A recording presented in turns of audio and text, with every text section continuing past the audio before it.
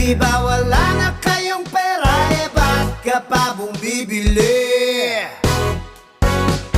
May ulam ba sa inyo? Ba't nagawi ka dito? Yayamanin pa kayo, taga rito.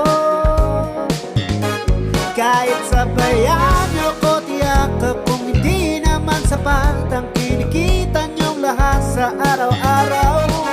At kung ilibre man kita kahit na tolo 20 pa, kulang pa rin sa utak mong malabnaw. Tigilan mo na ang gastos mo sa kape, panay pa sosyal pero purita pa rin, nakatambak ka ba?